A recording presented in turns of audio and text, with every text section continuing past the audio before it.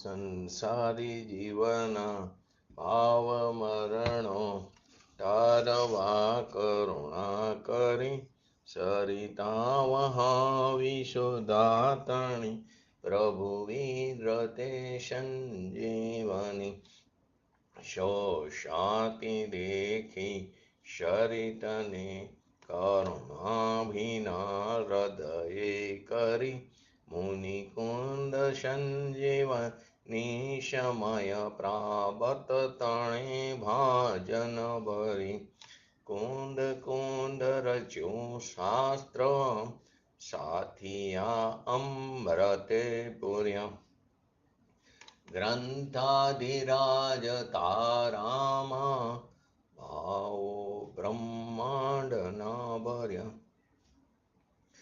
અહો વાણી તારી પ્રશમ રસભા વિનિતરતી મુમક્ષને પાતી અમૃત રસ અંજલિ ભરી ભરી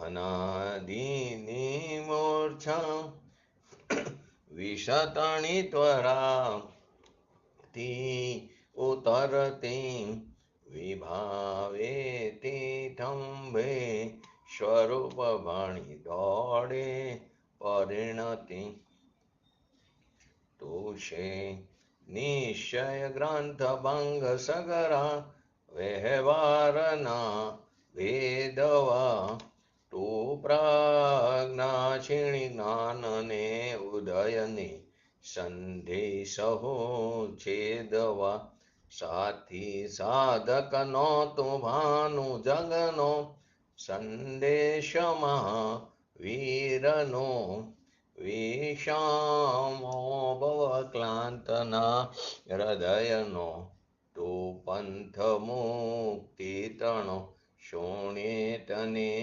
રસનિબાંધ શિથિલ થાય જાણે તને હૃદય જ્ઞાની તણા જણાય તું રૂચતા જગતની રુચિ આરસે સૌ તું રીઝતા શકલ જ્ઞાયક દેવ રીઝે બનાવું પત્ર કુંદનના રત્નોના અક્ષરો લખી તથાપી કુંદ સૂત્રોના અંકાએ મૂલ્ય ના કદી તથાપી કાનવાણીના અંકાએ મૂલ્ય ના કદી નમો રિંગટણંગ નમો સિદ્ધાણંગ નમો આયરણમ નમો વજણમ નમો લોય સવ સાવણમ ચત્તારી મંગલમ અર્હંતા મંગલમ સિદ્ધા મંગલમ શાહૌ મંગલમ કેવલી પંતો ધમો મંગલમ ચત્તારી લોગટમાં અર્હંતા લોગટમાં સિદ્ધા લોગટમાં શાહૌ લોગટમાં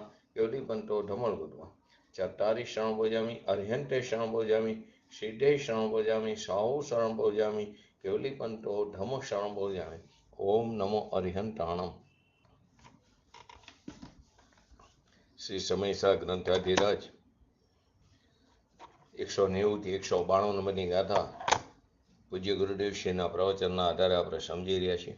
સંવર અધિકારની એની અંદર સંવર થવાનો ક્રમ બતાવ્યો છે. તો પહેલા એના હરિગીત જોઈ લઈએ. 190 થી 192.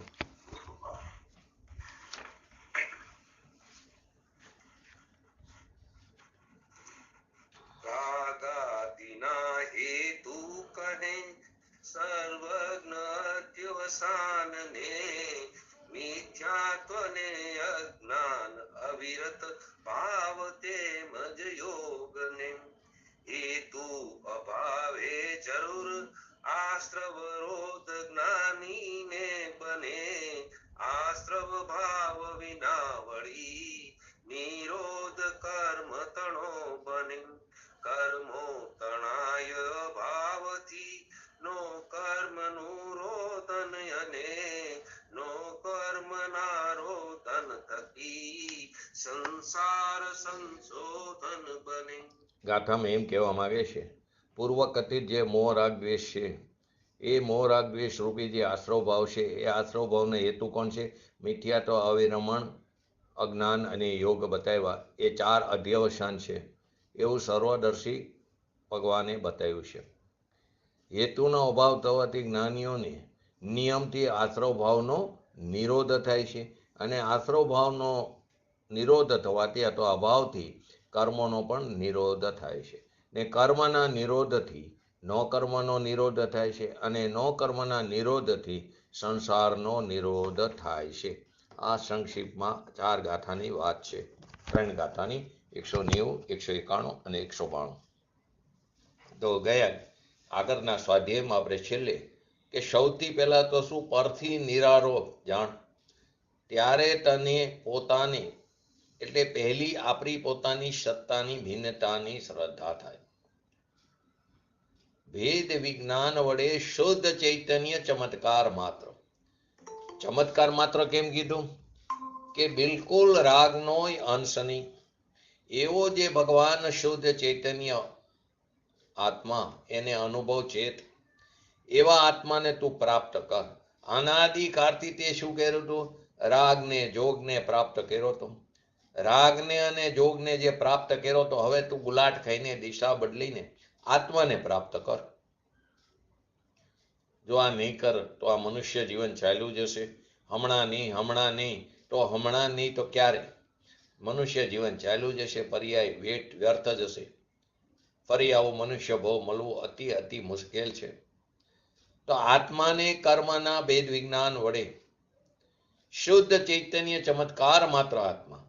આત્માને વિશેષણ આપ્યું. કેવો આત્મા? તો કે શુદ્ધ ચૈતન્ય ચમત્કાર માત્ર. એ આત્માને કર્મના ભેદ વિજ્ઞાનથી જાણો એમ બતાવ્યું છે.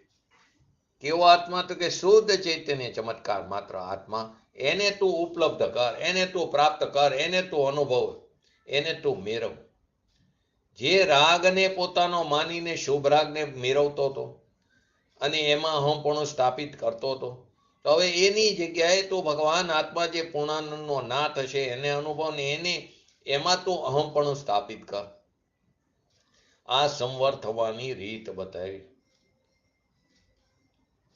અત્યારે સંવરનું સ્વરૂપ જ બતાવી દીધું. પુણ્ય કરો સંવરની પ્રાપ્તિ થાય. એમાં ધર્મ મહિનો થોડી વાર બેસી જાય, શરીરને સ્થિર કરે, સામાય કરી સંવર થઈ ગયો. એમ સંવર થતો નથી. 6 કાયના જીવની રક્ષા કરો, સંવર થઈ ગયો. ખરેખર તો પોતે કોણ છે એની તો રક્ષા કરતો નથી. રાગને પોતાનો માનવો, એમાં પોતાનું અસ્તિત્વ માનવું અથવા પરને પોતાનું માનવું એ ખરેખર પોતાના એટલે કે પોતાના સ્વરૂપનો હિંસા છે, સ્વરૂપનો ઘાત છે. માટે અહીં તો સૌથી પહેલા આત્મા અને કર્મના ભેદ વિજ્ઞાન વડે પહેલા આ બીજી વસ્તુ કરવાની વાત નથી કરી. સૌથી પહેલામાં પહેલી આ વાત બતાવી. પહેલા એમ નથી કીધું કે પહેલા વાંચવું, પહેલા સાંભળવું, પહેલા દેવ ગુરુ શાસ્ત્રની શ્રદ્ધા કરવી, એની ભક્તિ કરવી, એમ નથી કીધું. એ હોય ભૂમિકા અનુસાર હોય ભલે, પણ એ વસ્તુના સ્વરૂપમાં કોઈ મદદગાર નથી. દેવ ગુરુ શાસ્ત્રને માને, સાંભળે, સમજે, પણ એમ ભેદ વિજ્ઞાનમાં કોઈ મદદ કરે એવું નથી. આવું વિતરાગ દેવ કહે છે. વિતરાગનો પોકાર છે. વિતરાગ એમ કહે છે કે મારી સામું તું જોઈશ તો પણ તને રાગ થશે. તારે હિસાબે તો હું કેવો છું? પરદ્રવ્ય છું. જ્યાં સુધી તું મારા સામે દ્રષ્ટિ કરીશ ત્યાં સુધી તને તારા ભગવાન આત્માની પ્રાપ્તિ નહીં થાય. કેમ કે અમે તો પરદ્રવ્ય છીએ. તારામાં મારો અભાવ છે, મારામાં તારો અભાવ છે. તારા હિસાબે તો હું અજીવ છું. અજીવ એટલે કે એ જીવ નથી, ચૈતન્યની વાત નથી. અજીવ એટલે આ જીવ નથી. અદ્રવ્ય છે એટલે કે પોતાની અપેક્ષાએ બધી વસ્તુ કેવી છે? અદ્રવ્ય છે. બધા દ્રવ્યો અક્ષેત્ર છે, અકાર છે, અભાવ છે. સમે શિખર, ભગવાનનું સમોસરણ તે આત્માની અપેક્ષાએ તો અક્ષેત્ર છે. કેમ કે આત્માનું સ્વક્ષેત્ર તો શું છે? અસંખ્ય પ્રદેશ એ એનું સ્વક્ષેત્ર છે. એની જગ્યાએ આપણે દિગંબર હોય તો 49 વાર જાત્રા કરો સમે શિખરની, મુક્તિની પ્રાપ્તિ થશે. ડેરાવાસી શ્વેતાંબર હોય તો કે 99 વાર યાત્રા કરો. એ તારી અપેક્ષાએ તો એ અદ્રવ્ય છે. એ ક્ષેત્રની અપેક્ષા, તારા ક્ષેત્રની અપેક્ષા એ અક્ષેત્ર છે. પૂર્વે 99 વાર ઋષભદેવ ભગવાન આવ્યા હતા એમ કે એટલા માટે 99 યાત્રા કરે. એમાં પણ આપણને શું ફાયદો? અહીં તો કે છે એ પરલક્ષી ભાવ છે. એ ભાવથી ભિન્ન પડવું, જેનાથી ભિન્ન પડવું છે એનાથી કેવી રીતે મદદ મળશે, એનાથી કેવી રીતે આપણને આપણી પ્રાપ્તિ થશે? કારણ કે જેનાથી ભિન્ન પડવું છે એ ચીજ તો તારામાં નથી, એમ આચાર્ય ભગવાન કહે છે. એનો તો આપણામાં અભાવ છે. હવે આપણે ઉપલબ્ધ કરવો હોય આપણા ભગવાન આત્માને તો કઈ રીતે કરવો? તો કે ભેદ વિજ્ઞાનથી. રાગ અને પરના ભેદ વિજ્ઞાનથી પ્રાપ્ત થાય એવો છે આપણો ભગવાન આત્મા. એ જ રીત છે. તો પ્રશ્ન એ થાય, પહેલા દેશના ન સાંભળે તો પહેલા દેશના નહીં સાંભળી તો ભેદ વિજ્ઞાન કેવી રીતે થશે? તો ભેદ વિજ્ઞાન કરવાની એનામાં તાકાત છે, સામર્થ્ય પડ્યું છે. એની તાકાત જ એટલી છે કે રાગથી ભિન્ન પાડવાની શક્તિ આપણી અંદર પોતાનામાં છે. કોઈ પણ પરની અપેક્ષા નથી, કેમ કે આપણે નિરપેક્ષ સ્વતંત્ર દ્રવ્ય છીએ. એટલે પરની અપેક્ષા રાખ્યા વિના ભેદ જ્ઞાન થવાની શક્તિ આપણી અંદર પડેલી છે. કેમ કે નિરપેક્ષ તત્વ છે ભગવાન આત્મા, જેને કોઈની અપેક્ષા નથી, વ્યવહારની અપેક્ષા નથી, પરની અપેક્ષા નથી, એવું નિરપેક્ષ તત્વ છે. નિયમ સારમાં ત્રીજી ગાથાની અંદર બતાવ્યું છે પરમ નિરપેક્ષ. સમ્યક દર્શન, સમ્યક જ્ઞાન, સમ્યક ચારિત્ર એ પરમ નિરપેક્ષ તત્વ છે, પરમ નિરપેક્ષ છે. ભગવાનની પણ એને અપેક્ષા નથી, એ તો પદ્રવ્યથી, એની વાણીની પણ અપેક્ષા નથી. પરલક્ષી એ વાણીના લક્ષ્યથી જે જ્ઞાન થાય પરલક્ષી જ્ઞાન છે. એ જ્ઞાન થયું છે પોતાનું પોતાને કારણે, પણ પરલક્ષી જ્ઞાન કીધું, એનાથી આત્માની પ્રાપ્તિ નહીં થાય. એવું જે આત્માનું સમ્યક દર્શન, સમ્યક જ્ઞાન, સમ્યક ચારિત્ર એ ત્રણેય નિરપેક્ષ છે. એને નિમિત્તની તો અપેક્ષા નથી, પણ વેદની પણ અપેક્ષા નથી. ખરેખર આ વસ્તુ સ્વરૂપ છે. લોકોને તકલીફ પડે, નિરપેક્ષ અભેદો કઈ એટલે આકરું પડે. વસ્તુ સ્થિતિ આવી છે અનંતકાળથી. જેવી રીતે કોઈને લેટરીન નો આવે તો કહીને એનીમાં આપે છે, એનાથી ઉતરી જાય. તો આ એનીમાં છે. સ્વરૂપમાંથી વિકારાદિ જેટલા કારણો છે બધા, એ બધા ભેદ વિજ્ઞાનથી ભિન્ન પડી જાય. કઈ એમ નો કીધું પેલા દેવગુરુ શાસ્ત્રની ભક્તિ કરવી, એનો વિનય કરવો, બહુમાન કરવું, પછી ભેદ જ્ઞાન થાય. પહેલું જ શું કીધું? તારું બહુમાન કર, પછી વિકલ્પ આવશે એટલે પરનું બહુમાન, પછી વિકલ્પ આવશે એટલે પરનું બહુમાન થાય. પહેલું જ બહુમાન તારું કર. એટલે કે પહેલા આપણું બહુમાન થાય તો પછી દેવ શાસ્ત્ર ગુરુનો જે વિકલ્પ આવે તો એનું પણ બહુમાન થાય ભૂમિકા અનુસાર. તો પહેલા તો પોતાનો જે ચૈતન્ય ચમત્કાર ભગવાન આત્મા જે મહિમાવત વસ્તુ છે એનું બહુમાન કરતું. જેને ધર્મની પર્યાય પ્રગટ કરવી હોય એને ભેદ વિજ્ઞાનથી જ થાય છે. એટલે જેટલા પર છે એની અપેક્ષા છોડીને, એનો આશ્રય, એનું અવલંબન છોડીને, એનું નામ તો ભેદ જ્ઞાન કીધું છે. કેટલાકનો આશ્રય છોડો અને કેટલાકનો આશ્રય લેવો એમ થોડું છે. બધાનો, મારા સિવાય જે પણ વસ્તુ છે, જે પણ દ્રવ્યો છે તે બધા મારા માટે પદ્રવ્ય છે, તે બધાનો આશ્રય છોડીને પોતાના ભગવાન આત્માની અંદર એકાકાર થાય. તો કે પ્રશ્ન તો એ થાય, આવે છે પ્રવચન સરમાં, જે જાણતો અરહંતના દ્રવ્ય ગુણ પર્યાયને, એ એને નથી જાણતો, એ એને જાણતો નથી. એ તો નિમિત્તથી કીધું છે, આત્માથી નહીં. પછી એને છોડીને અંદરમાં જા, એ મનથી કરી લેવાની વાત. એ નિમિત્તની અપેક્ષા કથન છે. અંદરમાં જઈને પણ એને તો છોડે છે ને પોતાની પર્યાયને પણ દ્રવ્ય ગુણમાં મેળવે, ગુણને દ્રવ્યમાં ફેરવે ત્યારે થાય છે ખરેખર તો. એને નથી જાણતો કે જે જાણતો અનંતના દ્રવ્ય ગુણ પર્યાયને, પોતાના ભગવાન આત્માને કર્મ અને આત્માના જુદાપણા વડે ભિન્નપણા વડે ભેદ જ્ઞાન વડે અનુભવે છે. પોતાનો શુદ્ધ ચૈતન્ય ચમત્કાર માત્ર આત્માને તે ઉપલબ્ધ કરે, પ્રાપ્ત કરે છે.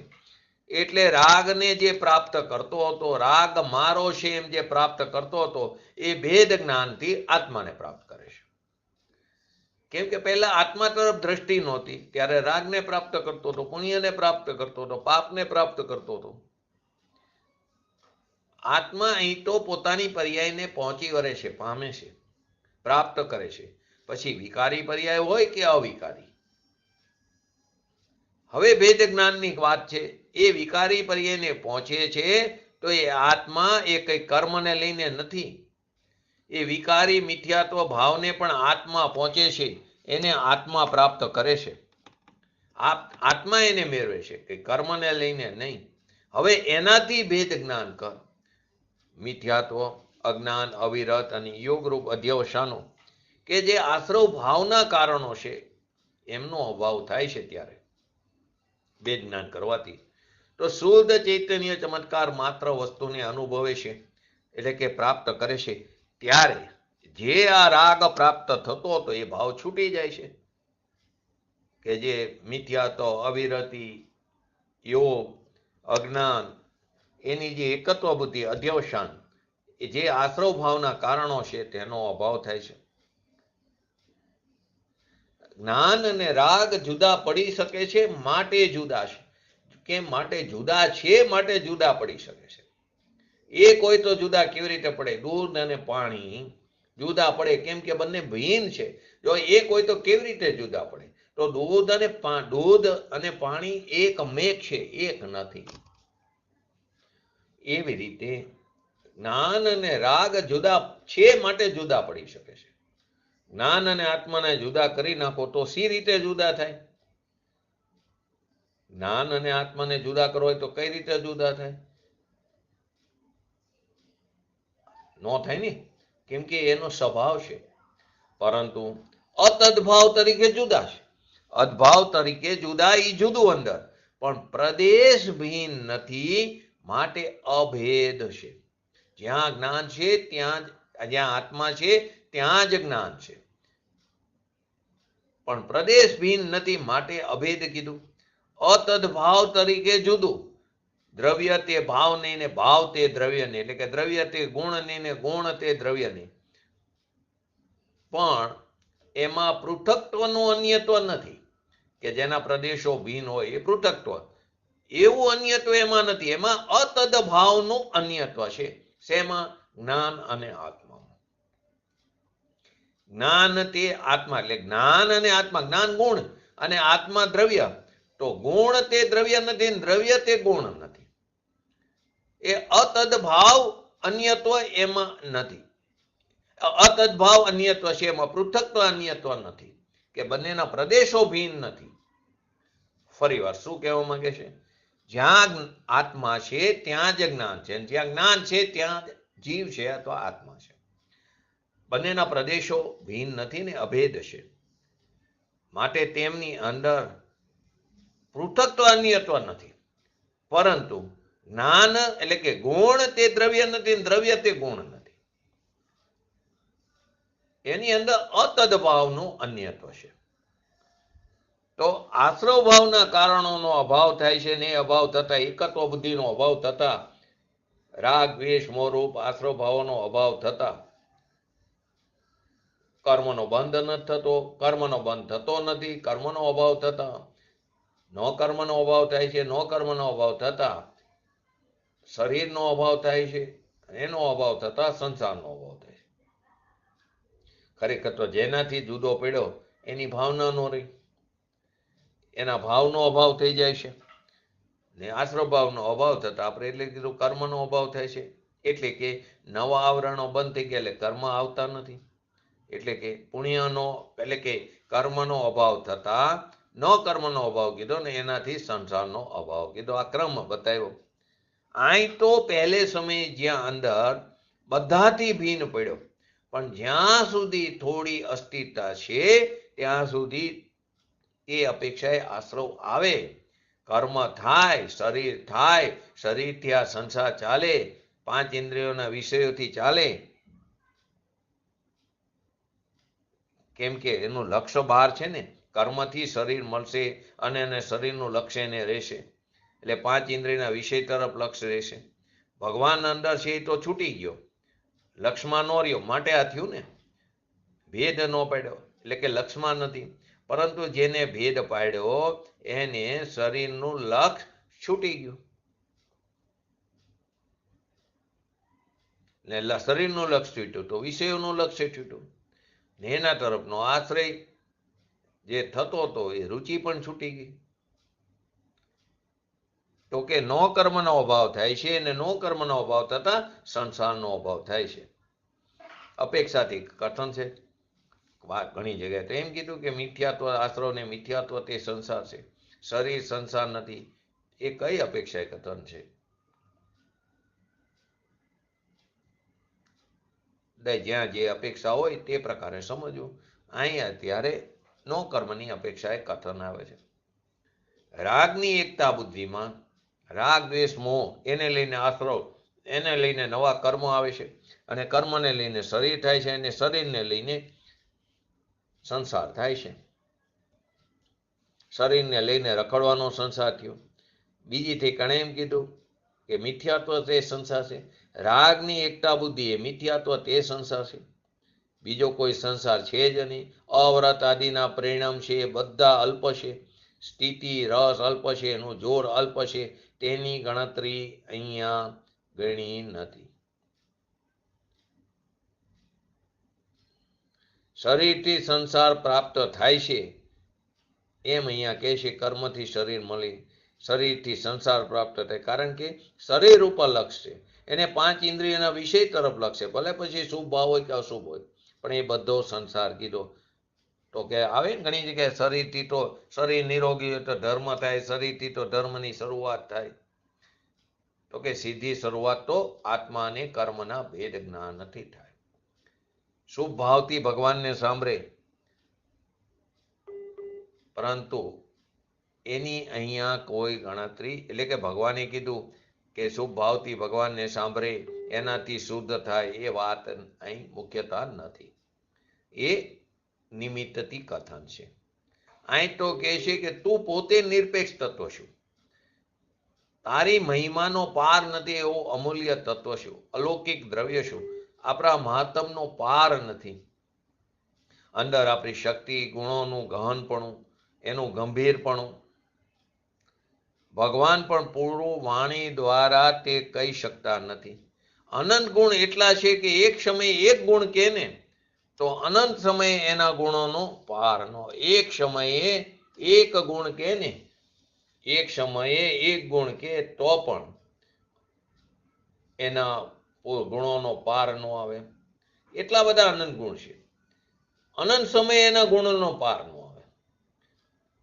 3 કાળના સમય છે, તેથી કેમ કે 3 કાળમાં જેટલા સમય છે એના કરતા તો ગુણ અનંત ઘણા છે. શું કીધું? એક સમયમાં એક ગુણ કે તો અનંત સમયે ગુણોનો પાર ન મળે, એટલા બધા અનંત ગુણ છે. ચૈતન્ય ચમત્કાર ભગવાન આત્મા પવિત્ર ગુણોથી ભરેલો છે, કે જેના અનંત ગુણોને કેવરી, પણ એક શબ્દે એક ગુણ કહે તો બીજે સમયે બીજો ગુણ કહે તો 3 કાર થાય તો એ ગુણનું પૂરું પડે નહીં. કેમ તો કે 3 કાળના સમયથી તો ગુણ અનંત ગુણ હશે. આપણા પોતાના ભગવાન આત્માનો મહિમા બતાવે છે આચાર્ય ભગવાન. તો એક સમયે એક ગુણ કહે તો એક સમયે અનંતા ગુણ કહે તો પણ 3 કાળના સમય કહે તો પણ એ ગુણ પૂરા પડે નહીં. એક સમયે એક ગુણ નહીં, એક સમયે અનંત ગુણ કહે તો પણ 3 કાળના સમયથી પણ એ ગુણ પૂરા પડે નહીં. કેમ કે 3 કાળના સમયથી તો આકાશના પ્રદેશ એ પણ અનંત ગુણા છે, ને એનાથી અનંત ગુણા ગુણ છે. આત્મામાં અનંતા ક્રોડા ક્રોડી ગુણ પડેલા છે, માટે એને શુદ્ધ ચૈતન્ય ચમન. बड़ा आश्चर्य होता है कि इतने सारे गुण हैं और मतलब मिलते जुलते भी नहीं है, मतलब कितना मतलब बहुत मतलब कल्पना करना भी मुश्किल सा लगता है ना. इतनी सारे विश्वास तो होता है लेकिन आश्चर्य होता है बहुत ऐसा. એટલે જ ને આશ્ચર્યજનક તત્વ છે આપણું, એટલે જ મહિમા છે ને, એટલે જ એને ચૈતન્ય ચમત્કાર માત્ર કીધું. એક ગુણ બીજા ગુણને અડતું નથી, સ્પર્શ કરતું નથી. એક ગુણ બીજા ગુણનું કામ કરતો, એ સાથે રહેતા હોવા છતાં છે તો બધા એક જ. અસંખ્ય પ્રદેશ છે આત્માના. એક પ્રદેશ ઉપર જ્ઞાન ને, બીજા પ્રદેશ ઉપર દર્શન ને, ત્રીજા ઉપર ચારિત્ર. એમ નથી. જ્યાં જ્ઞાન છે ત્યાં દર્શન છે, ત્યાં ચારિત્ર. છતાં પણ એક ગુણ બીજા ગુણને અડતો નથી, સ્પર્શ કરતો નથી. છતાં પણ એક ગુણની અંદર અનંત ગુણોનું રૂપ સમાયેલું છે. જ્ઞાન ગુણ, ધારો કે આપણે જ્ઞાન ગુણની વાત કરી તો જ્ઞાન ગુણમાં અસ્તિત્વ ગુણનું રૂપ સમાયેલું, એટલે કે એનું અસ્તિત્વ ગુણના રૂપને કારણે એનું અસ્તિત્વ છે જ્ઞાન ગુણનું. मतलब सब रहते हैं एक साथ हैं और सबकी सत्ता अलग अलग है, सबकी सत्ता अलग है, भिन्न भिन्न है. એક સોયની ટાંકણી ઉપર અનંત અનંત નિગોદિયા જીવ છે, છતાં એકબીજાને અડતા નથી, સ્પર્શ કરતા નથી. સાથે લબ્ધિ અપર્યાપ્ત સૂક્ષ્મ નિગોદિયા જીવ હોય, એક શ્વાસોશ્વાસમાં 18 વખત જન્મ મરણ કરે, સાથે જન્મે સાથે મરે, બધું હોવા છતાં એકબીજાને અડતા નથી, સ્પર્શ કરતા નથી. બધું સ્વતંત્ર નિરપેક્ષ છે, અહેતુક છે. કોઈને કોઈની મદદની, સહાયની જરૂર નથી. એક ગુણ બીજા ગુણનું કરતો નથી, એ અતદ્ભાવ અન્ય જો કહીએ કઈ ને આપણે. હે શું કહો એક ગુણ બીજા ગુણ રૂપે થતો નથી, છો? એનો અતદ્ભાવ અન્ય તો કે ભાઈ અતદ્ભાવ અન્યત્વ. એક ગુણ બીજા ગુણથી ભિન્ન છે. એક ગુણમાં અનંત ગુણોનું રૂપ સમાયેલું છે, પરંતુ ગુણ જ્ઞાન તે દર્શન નથી, દર્શન તે ચારિત્ર નથી. એક ગુણ બીજા ગુણનું કાર્ય કરતું નથી. જેવી રીતે નાક છે, આપણે સ્થૂળ એક્ઝામ્પલ લઈ, નાક છે એ સૂંઘવાનું કામ કરે, એ થોડું આંખનું કામ કરે. આંખ છે તે થોડું નાકનું કામ કરે. કાન થોડું આંખનું, કે આંખ થોડું કાનનું કામ કરે. બધા ગુણ એવી રીતે નિરપેક્ષ છે. જો એક ગુણ બીજા ગુણનું કરતો હોય તો ઋષભદેવ ભગવાન ત્રણે જ્ઞાનના ધણી, શ્રદ્ધા પણ એટલે કે સમ્યક દ્રષ્ટિ જીવ, ત્રણ જ્ઞાનના ધણી હતા, સમ્યક દર્શન સાથે આવેલા ગર્ભ કલ્યાણ. કેમ કે અત્યારે અહીંની 24મીમાં પરક્ષેત્રમાં બધાને 5 કલ્યાણ ગુજવાય, એટલે બધા જન્મથી એટલે ગર્ભમાં જ સમ્યક દર્શન સાથે આવેલા. શ્રદ્ધા ગુણ પણ હતો, જ્ઞાન ગુણ પણ ખરું, એટલે કે એનું પરિણમન પણ ખરું. ત્રણ જ્ઞાનનું પરિણમન લીધું. પણ ચારિત્ર ગુણ અંશે હોય, સ્વરૂપાચરણ ચારિત્ર. પણ જો એક ગુણ બીજા ગુણનું કાર્ય કરતો હોય તો એમને મુનિ દીક્ષા લેવા માટે કેટલો ટાઈમ લેવો પડ્યો, સમય, કેટલું આયુષ્ય હતું એમનું? બોલો. 84 લાખ પૂર્વ આયુષ્ય હતું. તો એમાંથી કેટલો સમય ગયો એમને? 83 લાખ અપૂર્વ. બરાબર. ત્રણ જ્ઞાન તો લઈને આવ્યા હતા, સમ્યક દર્શન પણ હતું, ચારિત્ર મુનિ યોગ્ય ચારિત્ર નહોતું. માટે તેને અલૌકિક દ્રવ્ય કીધું. અને એક ગુણને છતાં પણ ભગવાનની દિવ્ય ધ્વનિમાં વસ્તુ સ્વરૂપનો પૂરેપૂરો નિચોડ આવી જાય. ભલે અનંત ગુણોનું, અનંતનું છેલ્લું એમ નહીં, અનંતનું અમાપનું માપ એક સમયની જ્ઞાનની પર્યાયમાં આવી જાય. એવી એક સમયની, એક જ્ઞાન ગુણની એક સમયની પર્યાયની આટલી તાકાત. એવા તો અનંતી પર્યાય જ્ઞાન ગુણની, એવા તો અનંત ગુણ. હવે વિચાર તો કરો, દ્રવ્ય કેવો અલૌકિક. एक आश्चर्य, मतलब एक चीज और होती है कि 21 गुण ही अलग विपरीत कार्य करते हैं, लेकिन फिर कुछ भी हमें पता ही नहीं चलता अगर वो सारे स्वभाव में काम करते हैं, मतलब हमें कुछ मतलब पता ही नहीं चलता कि इतने गुण हैं. ये भी बड़ा आश्चर्य की बात लगती है. आश्चर्य की बात એટલે કે ચૈતન્ય ચમત્કાર માત્ર કીધું, પરંતુ કેવળ જ્ઞાન થશે ત્યારે બધું અંદર જણાઈ જશે. ત્યારે જો ભલે વિકલ્પ નથી આપણને જાણવાનો, બધું જણાઈ જશે. અનંત ગુણો જણાઈ જાય છે. પણ આ અનંતનો આ છેલ્લું એમ નહીં, અનંતને અનંત તરીકે જાણે. 21 ગુણોની પર્યાય અશુદ્ધ. ગુણો તો બધા શુદ્ધ છે, ત્રિકારી. ગુણો તો શુદ્ધ છે, પણ 21 ગુણોની પર્યાય અશુદ્ધ રૂપે સંસાર દશામાં છે. અનંત ગુણોમાંથી ખાલી 21 ગુણની પર્યાય. તો વિચારો, દ્રવ્ય તો ત્રિકારી શુદ્ધ છે, ગુણો પણ ત્રિકારી શુદ્ધ છે, ને અનંત ગુણોની પર્યાય પણ શુદ્ધ છે, ખાલી 21 ગુણને છોડીને સંસાર અવસ્થા. હવે આપણે એટલું જ કરવાનું, જેટલી અશુદ્ધ છે પર્યાય, એ પર્યાયને સભા ઉપર દ્રષ્ટિ કરીને એની દિશાને ફેરવવાની. એટલો પુરુષાર્થ જોઈએ, પણ એ માટે જોશે પ્રબળ પુરુષાર્થ. આવા અનંત અનંત ગુણો અંદર પડેલા છે, અનંત કરોડા કરોડી ગુણો પડેલા છે. જાટે કીધું એક સમયમાં અનંત ગુણને કહે તો ત્રણ કાળના સમય જે છે એમાં ગુણનું પૂરું ન પડે, એ ગુણની સંખ્યા પૂરી ન પડે. એક સમયમાં અનંત ગુણ કે, બીજે સમય અનંત કે, ત્રીજે સમય અનંત કે, તો પણ 3 કાળના સમયથી તો આકાશના પ્રદેશ અનંત ગુણ, અને આકાશના પ્રદેશથી પણ અનંત ગુણ અંદર ભગવાન આત્મામાં ગુણ છે. એ ગુણનો કેવી રીતે પાર પડે? આવો ચૈતન્ય ચમત્કાર ભગવાન આત્મા છે.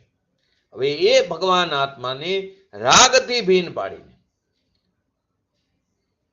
એ આત્માને પ્રાપ્ત કરો કે જેથી ફરી સંસારની પ્રાપ્તિ ન થાય. ને જે કંઈ કદાચ ભવ એ જ્ઞાનના જ્ઞેય છે. તો આત્મા પ્રાપ્ત થતા આશ્રવ નહીં થાય, આશ્રવ નહીં થાય એટલે કર્મ નહીં થાય, કર્મ નહીં એટલે કે એનું બંધન નહીં થાય, અને કર્મ નહીં થાય એટલે નો કર્મ નહીં થાય, નો કર્મ નહીં થાય એટલે સંસાર નહીં થાય. માટે કીધું નો કર્મનો અભાવ થાય, નો કર્મનો અભાવ થતા સંસારનો અભાવ થાય છે. આ પ્રમાણે સંવરનો ક્રમ છે. પહેલું ભેદ વિજ્ઞાન કરવું. પહેલા એમ નથી કીધું કે ભક્તિ કરવી, એમ નથી બતાવી. વાંચવું, નિવૃત્તિ લેવી, અશુભથી રોકાઈને શુભ ભાવમાં આવવું, પછી શુભમાંથી ખસવું, એ વાત નથી કરી. સંવર તો આશ્રવના અભાવથી થાય. આ સંવર આશ્રવના અભાવથી થાય. એમાં આટલો એટલે કે આશ્રવ આટલો કરે તો સંવર થાય, એમ ક્યાંથી આવે? એટલે કે આશ્રવ શુભ ભાવ આટલો કરે તો સંવર થાય. હવે ખરેખર તો આશ્રવના અભાવથી સંવરની પ્રાપ્તિ થાય છે. માટે પહેલા ભેદ જ્ઞાન કરવાની વાત કરે. ભગવાન આત્મા અને બીજી જે ચીજ એ પરદ્રવ્ય, બીજી ચીજ ભલે અનંતો, પણ બેયની જે એકતા છે એને તોડવાની, એ જ સંવરને પ્રાપ્ત કરવાની, એના સંવરના ક્રમમાં પહેલી રીત બતાવી. એટલે જીવને જ્યાં સુધી આત્મા અને કર્મના એકપણાનો આશય છે, જ્યાં સુધી એને કર્મની સાથે એકત્વ બુદ્ધિ છે, રાગ સાથે એકત્વ બુદ્ધિ છે, ભલે રાગનો વિકલ્પ ઉઠે, ચાહે પુણ્યનો હોય કે પાપનો હોય, પણ જ્યાં સુધી રાગ સાથે એકત્વપણો છે, એકત્વ બુદ્ધિ છે, ત્યાં સુધી મિથ્યાત્વ છે, ત્યાં સુધી ભેદ વિજ્ઞાન નથી. જ્યાં સુધી ભગવાન આત્મા જે પવિત્રતાનો પિંડ અને અપવિત્રતા રાગ દ્વેષ આદિની એકતા બુદ્ધિ એટલે કે ભેદ જ્ઞાન નથી, એનાથી જુદો છે, એવું જુદાનું ભાન નથી, ત્યાં સુધી મિથ્યાત્વ છે. સ્વદ્રવ્યમાં પદ્રવ્યનો કોઈ પણ અંશ, રાગનો અંશ હોય, પુણ્યનો અંશ હોય, શરીર, કર્મ, કોઈ પણ પદ્રવ્યનો એક અંશ, એની સાથે આત્માને જો એકત્વ બુદ્ધિ હોય તો એ મિથ્યાત્વ ભાવ છે. કેમ કે બે દ્રવ્ય તદ્દન જુદા છે. અંદર વિકાર થાય એ પણ તત્વ જ્ઞાયક તત્વથી કેવું છે? ભિન્ન છે. પુણ્ય પાપનો ભાવ જ્ઞાયક તત્વથી જુદું છે, ભિન્ન છે. એ જુદાની એકપણાની માન્યતા, એનું નામ તો મિથ્યાત્વ કીધું. તો ત્યાં સુધી મિથ્યાત્વ, અજ્ઞાન, અવિરત ને યોગ, એટલે યોગની સાથે એકતા બુદ્ધિ, એ પણ મિથ્યાત્વ કીધું. એવો જે અધ્યવસાય જેને વર્તે છે, એકત્વ બુદ્ધિ જેને વર્તે છે, રાગ સાથે, અવિરત સાથે, કસાય સાથે, યોગ સાથે, ત્યાં સુધી મિથ્યા દ્રષ્ટિએ, ત્યાં સુધી એને જૈન દર્શનની ખબર નથી. મિથ્યાત્વ, અજ્ઞાન, અવિરતિ 3 દોષ કીધા. યોગ એટલે કંપન, એ પણ છે, એની સાથે પણ એકત્વ બુદ્ધિ છે. સમ્યક દર્શન થતા, એનો અનુભવ થતા મિથ્યાત્વના એકત્વપણાનો નાશ, અવિરતિનો પણ અંશે નાશ, જેટલા અંશે નાશ પણ નાશ, યોગનો પણ એટલા અંશે નાશ થાય છે. એટલે એકત્વ બુદ્ધિનો જે ભાવ છે એટલો નાશ થઈ જાય છે. હવે જ્યાં સુધી એકત્વ બુદ્ધિ છે ત્યાં સુધી રાગ દ્વેષ મોહ રૂપી આશ્રવ ભાવ થાય છે. એ અધ્યવસાન એકત્વ બુદ્ધિથી ચાહે તો મિથ્યાત્વ, અવરાધ, કષાય કે યોગ બેની એકત્વ બુદ્ધિથી તો આ આશ્રવ ભાવ થાય છે. આત્મા અને બેની એકત્વ બુદ્ધિથી આશ્રવ ભાવ થાય છે. આશ્રવ ભાવથી કર્મનો બંધ થાય, કર્મના બંધ થાય, નો કર્મનો બંધ થાય એટલે નો કર્મનો બંધ થાય, નો કર્મની પ્રાપ્તિથી શરીર મળે, શરીરથી સંસાર મળે. તો અહીં આત્મા અને વિકાર બે ભિન્ન છે, છતાં બેની એકત્વ બુદ્ધિથી એટલે કે અધ્યવસાયથી મોહ, રાગ, દ્વેષ, મોહ રૂપ અધ્યવસાય થાય. એને લઈને રાગ, દ્વેષ, મિથ્યાત્વ આદિનો ભાવ થાય. આશ્રવ ભાવથી કર્મ બંધાય, નવા આવરણ આવે, એનાથી કર્મ બંધાણા, ને કર્મથી શરીર આદિનો કર્મ ઉત્પન્ન થાય છે. એ કર્મને લઈને શરીર, વાણી આદિ ઉત્પન્ન થાય. શરીરની અવસ્થાએ બે ભાગ પાડવા છે ને, તો કે શરીરની અવસ્થા શરીરથી છે, પણ છતાં એ અવસ્થાને જ્યાં સુધી યોગની ક્રિયાને અથવા રાગને પોતાનો માને છે ત્યાં સુધી તે અધ્યવસાય એટલે એકત્વ બુદ્ધિ તે બંધનું કારણ છે, કર્મ બંધનું કારણ છે. અને એ કર્મ નો કર્મ શરીરનું કારણ છે, અને એનાથી સંસાર છે, કારણ કે એના ઉપર લક્ષ્ય જશે. એટલે કે પાંચ ઇન્દ્રિયોના વિષયો તરફ ઉપયોગ જાય છે. પછી ભલે ને શુભ હોય કે અશુભ, એ સંસાર છે. પરંતુ જ્યારે હવે અસ્તિત્વ લો કે આત્માને કર્મનું ભેદ જ્ઞાન થાય છે, ભેદ વિજ્ઞાન થાય છે. કેમ કે મૂર્તિ આપણને શું હતું? અનાદિથી રાગ દ્વેષાદિથી એકત્વ બુદ્ધિથી, ભલે ચાહે દયા, દાન, વ્રત, તપ, ભક્તિ આદિનો રાગ વિકલ્પ હોય, જે અનાદિકાળથી એકતા બુદ્ધિ એ ચાલી આવે છે. એટલે કે એનાથી આપણને ભેદ વિજ્ઞાન નથી. જ્યારે આત્મા અને કર્મનું ભેદ વિજ્ઞાન થાય છે, પોતાના શુદ્ધ ચૈતન્ય ભગવાન આત્માનો અનુભવ થતા એ ભેદ વિજ્ઞાન થયો. રાગનો અનુભવ હતો એ છૂટી ગયો, અને આત્માનો અનુભવ થયો એ ભેદ જ્ઞાન થયું. અંશે પણ આત્માની શાંતિને આનંદનું વેદન આવ્યું, એ રાગથી ભેદ જ્ઞાનથી આવ્યું. ત્યારે શુદ્ધ આત્માની પ્રાપ્તિ થાય છે. આત્મા અને કર્મનું ભેદ જ્ઞાન થાય ત્યારે શુદ્ધ આત્માની પ્રાપ્તિ થાય. આ સંવર થવાનો, ધર્મ થવાનો ક્રમ બતાવ્યો. એટલે લોકો એમ કે નહીં, પેલા દયા પારો, વ્રત કરો, તપ કરો, ભક્તિ કરો તો કંઈક ધર્મ થશે. એ માન્યતા મિથ્યા દ્રષ્ટિની છે. વિકાર અને સ્વભાવની એકતા બુદ્ધિ છે ત્યાં સુધી મિથ્યા દ્રષ્ટિ છે. અને મિથ્યાત્વને કારણે બીજા અનેક પ્રકારના અધ્યવસાયની એકતા બુદ્ધિ છે. જ્યારે ભેદ જ્ઞાન થાય ત્યારે શુદ્ધાત્માનો અનુભવ એટલે કે ઉપલબ્ધિ થાય, પ્રાપ્તિ થાય. ત્યાં સુધી ન થાય ત્યાં સુધી રાગ અને પુણ્ય આદિના પરિણામની પ્રાપ્તિ હતી, એટલે કે મિથ્યાત્વ હતું. કેમ કે એની દ્રષ્ટિ ત્યાં હતી, પુણ્ય પાપના વિકલ્પ ઉપર દ્રષ્ટિ હતી, એની પ્રાપ્તિ થતી હતી. અને એ દ્રષ્ટિ છૂટીને ભેદ જ્ઞાન થતા આત્માના સ્વરૂપની પ્રાપ્તિ થઈ, જેને આપણે ભેદ જ્ઞાન અને સમ્યક દર્શન કીધું. એ મોક્ષની દશા કીધી, સાધક દશા કીધી. એટલે કે મિથ્યાત્વ આદિનો શુદ્ધાત્માની પ્રાપ્તિ થાય એટલે મિથ્યાત્વ આદિ અધ્યવસાનનો અભાવ થાય છે. એટલે કે પરની સાથે એકત્વ બુદ્ધિનો અભાવ થયો.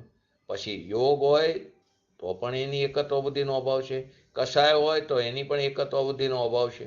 યોગ એટલે કે કંપન છે, પણ એનાથી એકત્વ બુદ્ધિનો અભાવ છે. અજોગ દશા ભલે 14મે ગુણસ્થાને આવે, પણ અહીંયા જ્યારે ભેદ જ્ઞાન થયું ત્યારે મિથ્યાત્વ, અવરાધ, કષાય અને યોગ એ બધાથી જુદો પડ્યો. એટલે યોગના કંપનથી પણ એકત્વ છૂટી ગયું. યોગ અને કષાય ભલે હોય પણ એનાથી એકત્વ બુદ્ધિ છૂટી ગઈ, રાગનો રાગી ન રહ્યો. માટે અધ્યવસાનના અભાવથી રાગ દ્વેષ મોહરૂપી આશ્રવનો અભાવ થાય છે. એ આશ્રવના અભાવથી કર્મનો બંધ નથી થતો, ભાવ આશ્રવ થતો નથી, તો નવા કર્મ દ્રવ્ય આશ્રવ બંધાતા નથી. તો કર્મના અભાવથી શરીર આદિનો કર્મ ઉત્પન્ન થતા નથી, એટલે કે શરીર આદિની પ્રાપ્તિ થતી નથી. અને નો કર્મના અભાવથી સંસારનો અભાવ થાય છે, એટલે કે સંસારનો અભાવ થતા મુક્તિ થાય છે. આ પ્રમાણે સંવરનો અનુક્રમ જાણો.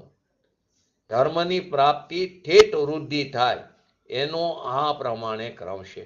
ક્યાંય એમ ન કીધું પહેલા ભગવાનની ભક્તિ કરો, પૂજા કરો, વ્રત કરો, તપ કરો, પછી સંવર થાય, એમ નથી.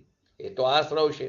નાનામાં નાના યોગનું કંપન, એની સાથે જ્યાં સુધી એકત્વ બુદ્ધિ છે ત્યાં સુધી મિથ્યાત્વ અધ્યવસાય છે. એટલે કે જ્યાં સુધી પર્યાય ઉપર દ્રષ્ટિ છે, બુદ્ધિ છે, ત્યાં સુધી એને રાગ અને યોગની એકતા બુદ્ધિ. માટે તો પૂજ્ય ગુરુદેવશ્રી કહેતા, તો બહારથી તો છૂટો હોય કદાચ, પરંતુ જ્યાં સુધી પર્યાય પર્યાયની સન્મુખતા નહીં છોડે ત્યાં સુધી તને તારા ભગવાન આત્માની પ્રાપ્તિ નહીં થાય. પરથી છૂટીને તો અહીં બેઠો તું પ્રવચનમાં, પરંતુ એટલી તો કદાચ તારામાં લાયકાત આવી ગઈ હોય, પરંતુ જ્યાં સુધી પર્યાય ઉપર લક્ષ્ય રહેશે, પર્યાય પર્યાયની સન્મુખતા કરશે, ત્યાં સુધી તને તારા ભગવાન આત્માની પ્રાપ્તિ નહીં થાય. પર્યાય પર્યાયની સન્મુખતા છોડીને દ્રવ્ય તરફ દ્રષ્ટિ કરશે ત્યારે તને દ્રવ્યની પ્રાપ્તિ થશે, દ્રવ્યનું પ્રકટપણું થશે પર્યાયમાં. માટે જ્યાં સુધી પર્યાય ઉપર બુદ્ધિ છે ત્યાં સુધી રાગ અને યોગની એકતા બુદ્ધિ છે. એ દ્રષ્ટિ ફરીને દ્રવ્ય સ્વભાવ ઉપર દ્રષ્ટિ કરી તો યોગના કંપનની અને કષયની એકતા બુદ્ધિનો નાશ થાય છે. આ પ્રમાણે સંવરનો અનુક્રમ જાણવો. તો આ પ્રમાણે 190 થી 192 નંબરની ગાથાને આપણે પૂજ્ય ગુરુદેવશ્રીના પ્રવચનના આધારે સમજ્યા. હવે 129 થી 132 4 કરશ, એમાં પહેલા 3 કરશ એ ભેદ વિજ્ઞાનની ભાવના ભાવવાની પ્રેરણા આપનાર કરશો છે.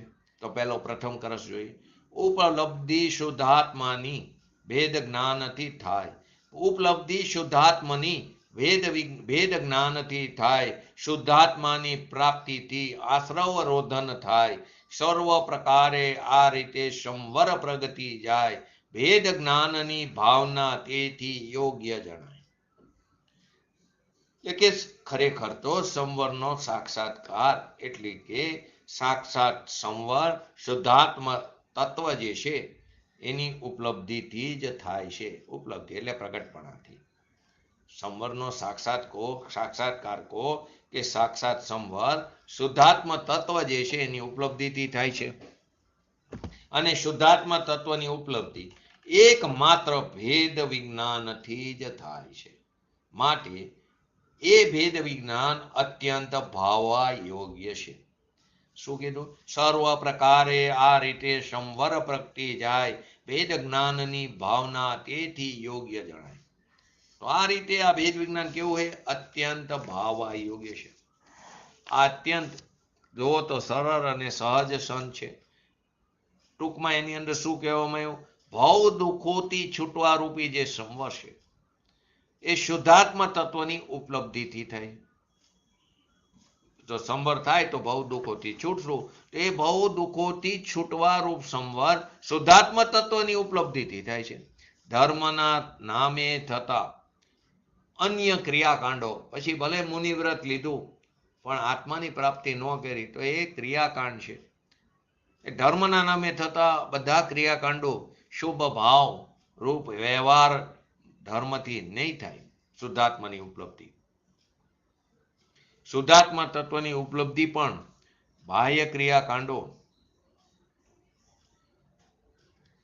દયા દાન વ્રત તપ ભક્તિ આદિ એનાથી નહીં થાય. શુદ્ધાત્મા તત્વની ઉપલબ્ધિ એકમાત્ર ભેદ વિજ્ઞાનથી જ થાય છે. માટે ભેદ વિજ્ઞાનની ભાવના એ જ નિરંતર ભાવવા યોગ્ય છે. સતત આ પ્રયોગ કરવા જેવો છે. પૂજ્ય ગુરુદેવશ્રીએ ઘણા બધા ગ્રંથોની સાક્ષી દઈને આ વાતને સમજાવે છે કે પરમાર્થ વચનિકામાં કીધું કે આગમ અંગ જે બાહ્ય ક્રિયારૂપ સ્થૂળ રાગરૂપ હોવાથી પ્રત્યક્ષ જ્ઞાત થાય છે. બાહ્ય ક્રિયારૂપ સ્થૂળ રાગરૂપ હોવાથી આપણને પ્રત્યક્ષ દેખાય. સ્થૂળ રાગ બાહ્ય ક્રિયા એ કારણે આપણને શું થાય? અજ્ઞાન દશામાં અજ્ઞાનીને એનું સાધન કરવું સરળ લાગે, સુગમ લાગે. તેથી એ અજ્ઞાની જીવો આત્મજ્ઞાન અથવા ભેદ જ્ઞાન વિના જ દયા દાન મા વ્રત તપ વગેરે બાહ્ય ક્રિયાનું સાધન કરવા લાગીએ છીએ આપણે, અને આપણને મોક્ષ માર્ગી માનવા લાગી છે. પરંતુ અંતર્ગર્ભિત જે અધ્યાત્મ રૂપ ક્રિયા છે, જે અંતરદ્રષ્ટિ ગ્રાહ્ય છે, અંતર્ગર્ભિત જે અધ્યાત્મ રૂપ ક્રિયા છે તે અંતરદ્રષ્ટિ કરવાથી જ પ્રાપ્ત થાય છે. આ કારણે આપણે અજ્ઞાન દશામાં અજ્ઞાની થઈને એને જાણી શકતા નથી. પોતાના ભગવાન આત્માના આશ્રય જે નિર્મલ દશાઓ પ્રગટ થાય, પોતાના સ્વભાવના આશ્રય અવલંબને જે નિર્મલ દશાની પ્રાપ્તિ થાય, પ્રગટ દશા થાય, એને અધ્યાત્મનો વ્યવહાર કીધો. કોને? અધ્યાત્મનો. ઓલો આગમનો વ્યવહાર. હવે અધ્યાત્મનો વ્યવહાર એને અજ્ઞાની જાણતા નથી. તેથી મોક્ષ માર્ગ સાધવામાં કેવા રહી છે? આપણે અસમર્થ રહી છે ને બાહ્ય ક્રિયામાં જ રાચી છે ને એને કારણે આપણું સંસારનું પરિભ્રમણ મટતું નથી. માટે જ્યારે જીવ આત્મા અને કર્મને અથવા રાગને યથાર્થ રીતે ભિન્ન જાણે છે, યથાર્થ રીતે એટલે કે હું રાગથી ભિન્ન છું, એટલી ક્ષયોક્ષમ જ્ઞાનથી ની ધારણા માત્રથી નહીં. આપણે બધા ક્ષયોક્ષમ જ્ઞાનમાં બોલી શબ્દો ભાષા ધારણા માત્રથી નહીં, પરંતુ અંતરંગમાં અંતરદ્રષ્ટિ કરીને ભિન્ન જાણે છે, ત્યારે એને શુદ્ધાત્મ તત્વનો અનુભવ થાય છે. ત્યારે આપણને અતિન્દ્રિય આનંદનો સ્વાદ પ્રાપ્ત થાય છે. ધારણા જ્ઞાનથી નહીં, પણ અંતરંગમાં અંતરદ્રષ્ટિ કરતા. આ જ ગાથાને એટલે આ જ કરશનો ભાવાનુવાદ પંડિત કવિવર બનારસી દાસજીએ નાટક સમય સારમાં કીધો, ભેદ જ્ઞાન સંવર નિદાન નિર્દોષ હૈ. શું કીધું? ભેદ જ્ઞાન સંવર નિદાન નિર્દોષ હૈ. નિર્દોષ સંવરસો નિજરા અનુકમ સંવરસો નિજરા અનુક્રમ મોસ હૈ. ભેદ જ્ઞાન શિવ મૂલ જગત માહી માનીએ જગદી જદપી હે હે તદપી ઉપાધિ જાનીએ. ખૂબ સુંદર વાત બતાવે છે. શું કીધું? ભેદ જ્ઞાન સંવર નિદાન નિર્દોષ હે સંવરશો નિજરા અનુક્રમ મોસ હે. ભેદ જ્ઞાન શિવ મૂલ જગત મહી માનીએ જદપી હે હે તદપી ઉપાધિ જાનીએ. સંવરનું કારણ જે વેદ વિજ્ઞાન છે તે અત્યંત નિર્દોષ છે, કારણ કે અનુક્રમથી સર્વપ્રથમ શું કીધું? સંવર, સંવરથી નિજરા અને નિદ્રાથી મોક્ષ. સૌથી પહેલું ભેદ જ્ઞાનથી સંવર, સંવરથી નિજરા, નિજરાથી મોક્ષ. આ કારણે જગતમાં વેદ વિજ્ઞાન તે મોક્ષનું કારણ માનવામાં આવ્યું. જો કે વિકલ્પાત્મક ભેદ જ્ઞાનની વિકલ્પાત્મક જે ભેદ વિજ્ઞાન છે તે કેમ તે વિકલ્પાતીત ન હોવાથી એને હે કહેવામાં આવ્યું. વિકલ્પાત્મક ભેદ વિજ્ઞાનની એ વિકલ્પાતીત ન હોવાને કારણે હે કહેવામાં આવે છે, તો પણ તેને ઉપાદેય જાણવું જોઈએ. આચાર્ય અમરચંદ્ર દેવના કરશમાં ભેદ વિજ્ઞાનના હે હોવાની વાત નથી, પણ કરશ ટીકામાં આ કરશનો અર્થ કરતા ટીકાકારે અંતમાં લખ્યું છે કે ભેદ વિજ્ઞાન પણ વિનાશક છે, તથાપી ઉપાધિ પણ છે. શું કીધું? જદપી હે હે તદપી ઉપાધિ જાણીએ. એટલે વિનાશક છે તથા આપણે એને બેને સમજી કેમ કીધું હે ને કેમ ઉપાધિ. ભેદ વિજ્ઞાન પણ વિનાશક છે તથાપી ઉપાધિ છે. એનો આધાર બનાવીને બનારસી દાસજીએ એને હે બતાવ્યું. બનારસી દાસજીનું નાટક સમયસાર તે રાજમલજીની કરશ ટીકા ઉપરથી, કેમ કે એનો પ્રભાવ એમને વધારે હતો. ખરેખર વાત એમ છે, કહેવા શું માંગે છે? ભેદ વિજ્ઞાન તે વિકલ્પાત્મક પણ હોય છે અને નિર્વિકલ્પ પણ. જ્યારે પણ ભેદ વિજ્ઞાનનો નિષેધ કરવામાં આવે ત્યારે તેનો આશય તત્ સંબંધી વિકલ્પોનો નિષેધ સમજવો જોઈએ. માટે અપેક્ષા સમજવી જરૂર છે. જ્યારે પણ ભેદ વિજ્ઞાનનો નિષેધ કરવામાં આવે એને હે કીધું, ત્યારે તેનો આશય તત્ સંબંધી વિકલ્પોનો નિષેધ સમજવો. વેદ વિજ્ઞાનની ભાવના ભાવવાની પ્રેરણા પ્રબળ પ્રેરણા આપવા વાળા છંદમાં એને હે બતાવવાની વાત થોડી આપણને અટપટી લાગે, પરંતુ આગળના કરશની અંદર આ જ પ્રકારનો ભાવ અત્યંત ગુપ્ત રીતે વિદ્યમાન છે. આગલા કરશમાં શું કહે છે? ભેદ વિજ્ઞાન ત્યાં સુધી જ ભાવવું જોઈએ કે જ્યાં સુધી જ્ઞાનમાં જ પ્રતિષ્ઠિત ન થાય. ભેદ વિજ્ઞાન ત્યાં સુધી જ ભેદ જ્ઞાન ભાવવું જોઈએ કે જ્યાં સુધી જ્ઞાનમાં જ પ્રતિષ્ઠિત ન થાય. તેનું તાત્પર્ય એવું થયું, એવી એક સ્થિતિ પણ આવે કે જ્યારે ભેદ જ્ઞાનની ભાવનાની આવશ્યકતા સમાપ્ત થઈ જશે. જ્યાં તેની આવશ્યકતા સમાપ્ત થઈ ગઈ ત્યારે તે હે થઈ જાય છે.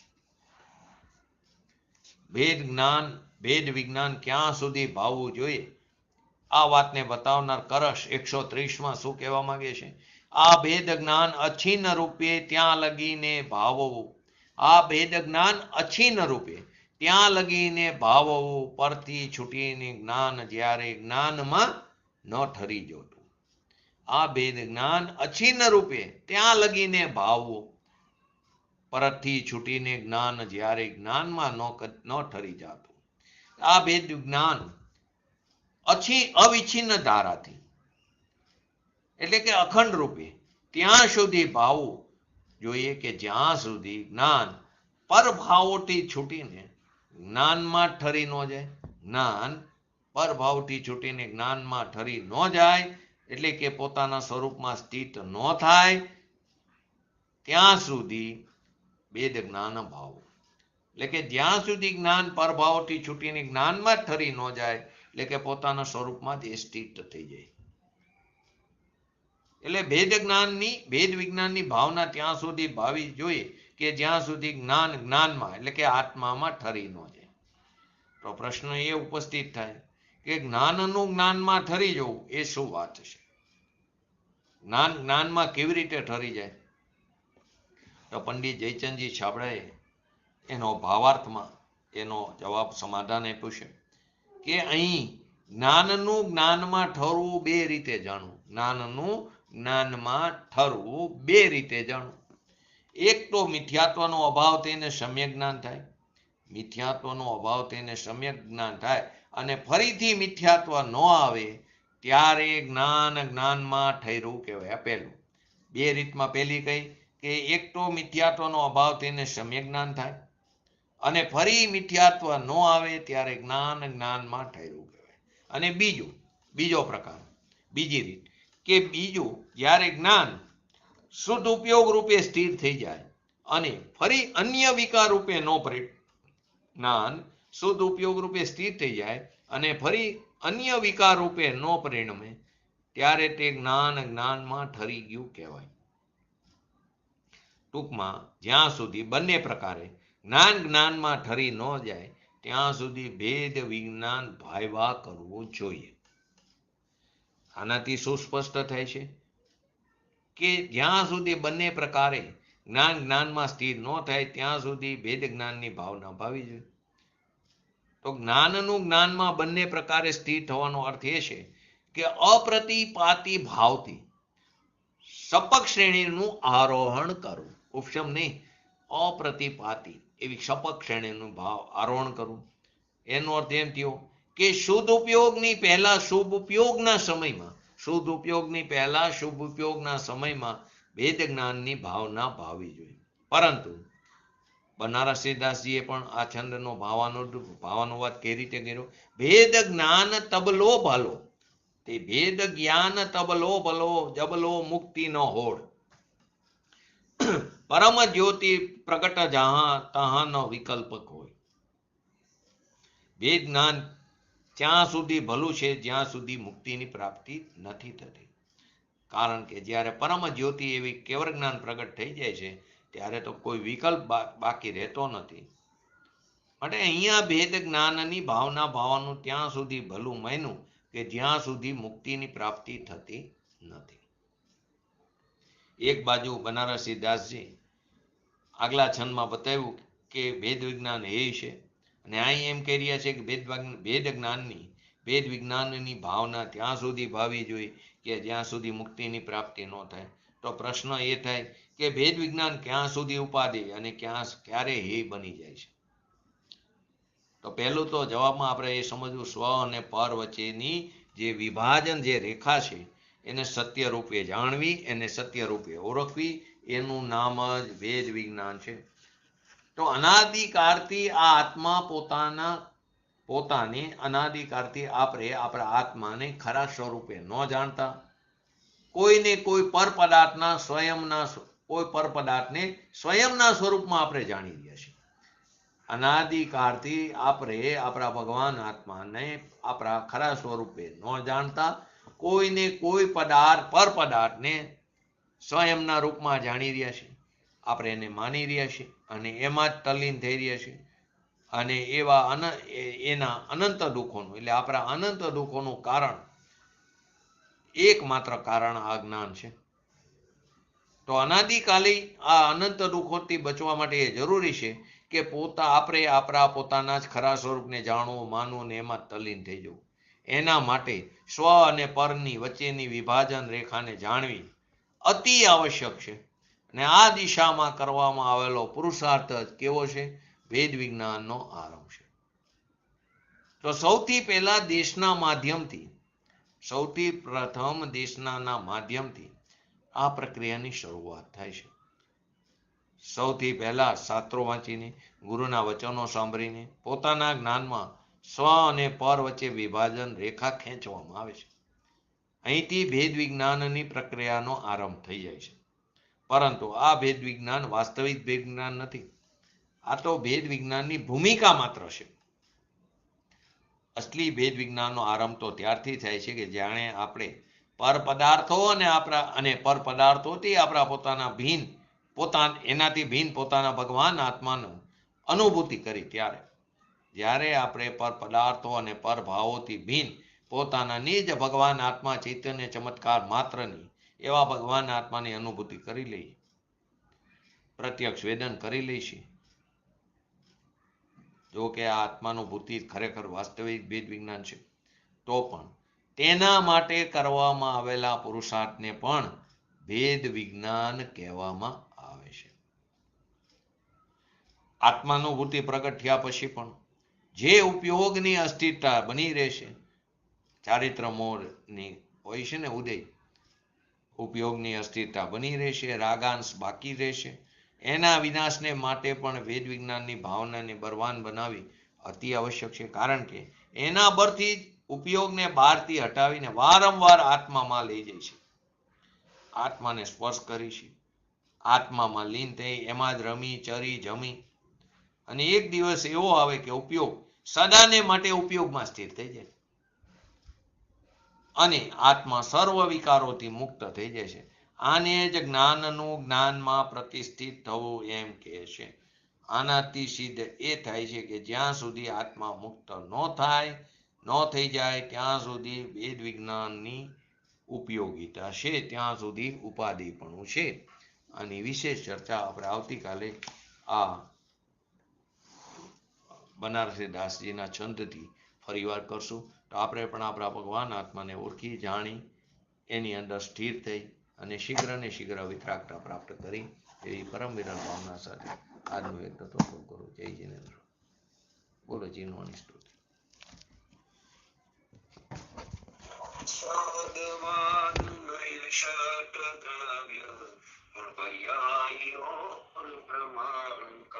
जड़ कर्म चेतन बंध कायरु कर्म के अवसान का कह कर स्वरूप यथार्थ जग का जो किया उपकार है उसके लिए जिनवाणी मात को वंदना शत बार है, वंदना शत बार है. नमो लिंगाणं नमो सिद्धाणं नमो हरणं नमो वज्रणं नमो लय सवसवणं चत्तारि मंगलम अरिहंता मंगलम सिद्धा मंगलम शाहु मंगलम केवले पंतो धम्मो मंगलम चत्तारि लुगटमा अरिहंता लुगटमा सिद्धा लुगटमा शाहु लुगटमा केवले पंतो धम्मो लुगटमा चत्तारि शरण भजामि अरिहंते शरण भजामि सिद्धे शरण भजामि शाहु शरण भजामि केवले पंतो धम्मो शरण भजामि. बोलिए श्री पंच परमेष्ठी भगवंतोनो जय हो. बोलिए श्री जैनवाणी मातनो जय हो. बोलिए श्री परम पूज्य परम उपकारी श्री सद्गुरु देवनो जय हो. बोलिए श्री प्रसन्नमूर्ति भगवती मातनो जय हो. बोलिए श्री सनातन जैन दिगंबर धर्मनो जय हो. जय हो.